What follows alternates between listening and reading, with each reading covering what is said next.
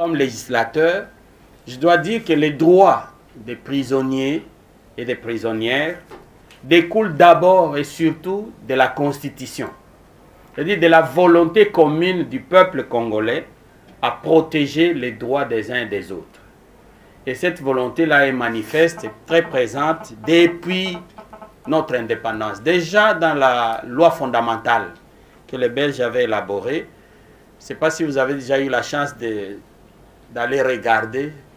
C'est vrai qu'elle avait été élaborée sans nous, mais déjà vous sentez dans cette loi fondamentale la volonté de faire de l'État un État de droit, c'est-à-dire qui protège les droits des citoyens. Dans la constitution de Louloabourg de 64, qui n'a pas pu être appliquée parce qu'il y a eu le coup d'État de 65, mais cette constitution était la première où les Congolais eux-mêmes prennent en charge la situation de leur pays et construisent l'architecture de l'État. Et quand vous regardez dans cette constitution, vous voyez que l'accent est mis sur les droits des citoyens. Nous avons eu la constitution de la Conférence nationale souveraine. Malheureusement, elle aussi n'a pas été appliquée parce qu'après il y a eu la guerre de l'AFDEL. Mais cette constitution, vous pouvez aller la regarder, elle est orientée essentiellement vers la protection des droits. Naturellement, parce que les 64 et 92, 92 CNS, ça n'a pas été appliqué, il a fallu qu'on construise une nouvelle architecture. Et c'est comme ça qu'à Sun City, parce qu'il faut toujours revenir à cet élément-là. À Sun City, le débat qu'il y a eu, après toutes les rébellions, les guerres, il y avait un élément central. Je dis, pourquoi depuis l'indépendance, nous n'arrivons pas à construire un État stable, politiquement et développé économiquement? Et une des clés de lecture qui avait été dégagée à Sun City, c'était de dire, c'est parce que depuis l'indépendance, il y a eu trop d'abus de pouvoir. Souvent, on a mis trop de pouvoir entre les mains d'une seule personne, définie comme père de la nation, c'est pas autorité morale.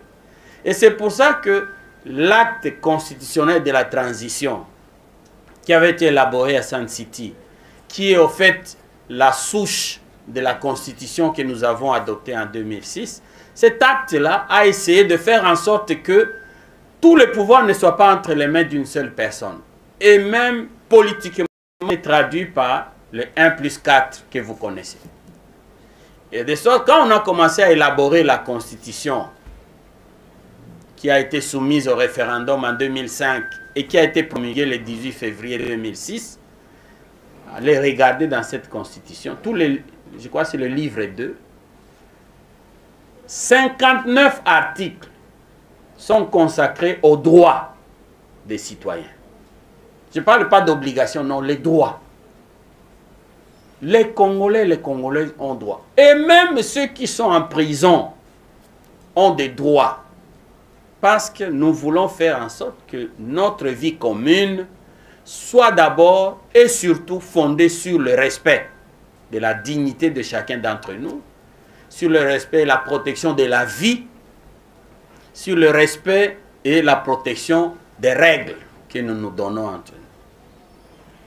Par rapport à la question des prisons, le Parlement a travaillé suffisamment. Bon, je ne reviens pas à la Deuxième République, je crois que c'est décret, loi ou ordonnance, loi, je ne sais plus, qui continue à gérer aux États-Unis. Mais nous, durant cette législature, nous avons été saisis par des organisations de droits de l'homme par rapport aux problèmes qui se posent dans les prisons.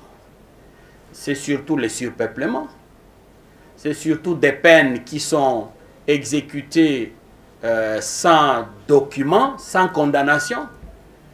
Moi, j'ai convoqué comme président de la commission en audition la session passée, la ministre de la Justice et le ministre de l'Intérieur, qui était là à Celo à l'époque.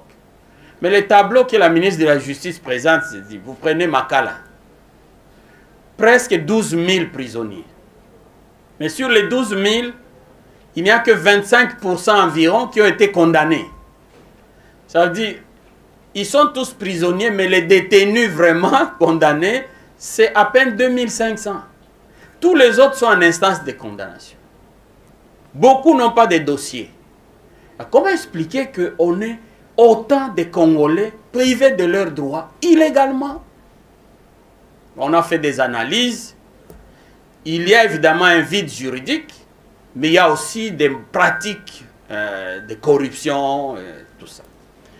Un de nos collègues députés, le professeur Gary Sakata, s'est allié à un autre qui s'appelle Jean-Marc Lombakou, et ils ont soumis une proposition de loi. Je préfère, comme je n'ai pas beaucoup de temps, me concentrer un peu plus sur ça, parce que nous voulons proposer des solutions sur le plan législatif. Cette proposition de loi a été déposée à l'Assemblée nationale. Elle avait été transmise à ma commission. Donc, j'ai piloté, comme on l'a dit, tout le travail législatif par rapport à cette proposition de loi qui a été adoptée en décembre passé.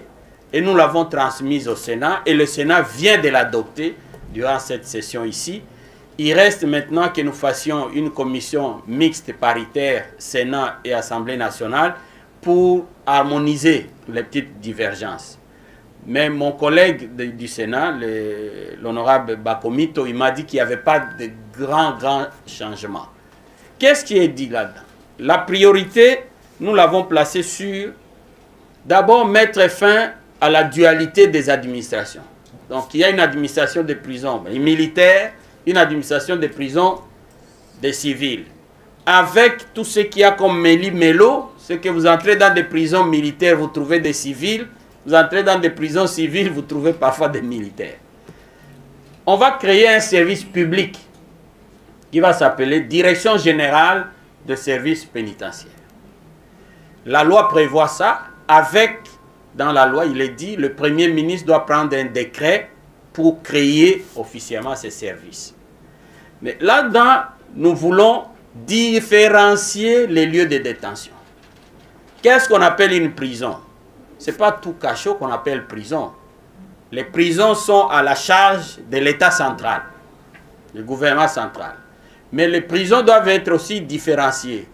Haute sécurité, moyenne sécurité, basse sécurité. Il ne faut pas mettre des criminels de très haut niveau avec des gens qui ont volé des arachides sur le marché, même si les deux ont commis des infractions. L'autre élément, c'est différencier les prisons des lieux de détention et des maisons d'arrêt. Ce n'est pas parce que tu as commis une infraction que tu dois tout de suite aller en prison. Tu peux même être condamné sans nécessairement aller en prison. On peut t'imposer des travaux d'intérêt commun selon les degrés de gravité, surtout de menaces par rapport à la communauté. On trouvera. S'il y a un ingénieur informaticien, bon, il a fait peut-être une bêtise, mais on a besoin de ces services. Donc, il peut être détenu et chaque matin, il va travailler. Et il revient. Nous avons aussi insisté sur comment éviter que des Congolais qui ont été condamnés ou arrêtés n'aillent pas au-delà de la durée qui leur est imposée. Si j'ai été condamné pour 15 ans, le jour où la 15e année s'achève, dès le lendemain, je dois sortir. On s'est rendu compte que pour entrer en prison, il faut le billet d'écrou, signé par le procureur. Et pour sortir, il faut encore attendre que le procureur autorise la sortie. Et à Matadi, je donne l'exemple parce que ça a été vécu, le directeur de prison constata que la personne avait terminé sa peine, l'avait libéré. Et dès le lendemain, le procureur s'est jeté sur lui. Il a fait passer devant les juges pour abus de pouvoir. Pourquoi tu as libéré la personne sans mon autorisation? Alors moi, j'ai insisté, on a mis un article. Si un Congolais achève sa peine, dès le lendemain, il doit partir. S'il ne part pas, il va poursuivre le directeur de prison parce qu'il n'a pas fait son travail. Mais pour protéger aussi ces agents-là, qu'est-ce qu'on a fait? On va créer un corps des agents pénitentiaires. Ils seront comme un peu les pompiers, hein? Un corps de paramilitaires avec des grades, major, colonel, ça. Plus question des policiers qui surveillent les prisonniers. Non, non, non. Il y aura un corps pour ça. Et il y aura des écoles de formation. Je crois qu'on a commencé à Luzumu des modèles de ces écoles-là de formation. Nous voulons aussi créer un comité de suivi de l'application des peines. Ce comité sera composé de 7 personnes. Il y a le procureur, parce que c'est quand même lui qui gère la juridiction, mais il y aura des délégués venant de l'extérieur. Par exemple, un délégué des confessions religieuses et un délégué de la société civile. Ces gens-là, ils feront le point chaque fois. Tel prisonnier, son dossier, il en est où dans la mise en application. J'insisterai sur un dernier point. L'accent est mis aussi sur la réinsertion sociale. La prison, ce n'est pas pour que quelqu'un meure. C'est pour l'aider à redevenir un bon citoyen. Et c'est pour ça que la prison doit prévoir la formation, mais aussi déjà des possibilités de réinsertion après l'exécution de la peine. Voilà, donc notre travail, nous comme législateurs, nous allons finaliser ce travail.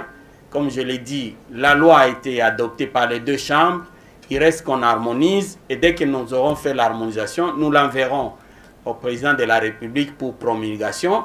Mais nous comptons beaucoup sur les organisations nationales et internationales pour la vulgarisation, une fois qu'elle sera promulguée, mais aussi pour nous aider à mettre en œuvre toute cette réforme-là.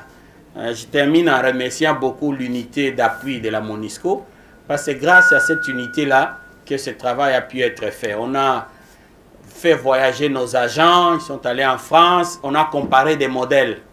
Et le modèle que nous avons élaboré, c'est un modèle hybride qui prend plus ou moins le système français, parce que nous sommes inspirés par Napoléon, mais appliqué à l'Afrique. Donc ce que par exemple les Burkinabés ont fait, les Sénégalais ont fait, notre modèle sera plus ou moins inspiré de ces 2 pays, mais avec des réalités purement congolaises. Nous avons insisté aussi sur l'âge des enfants. Nous ne voulons pas qu'à la prison, on retrouve des enfants qui ont plus de 3 ans. Et on a arrêté 3 ans pour l'intérêt de l'enfant, parce qu'à 3 ans, séparer un enfant de sa mère, souvent c'est très difficile. Merci beaucoup.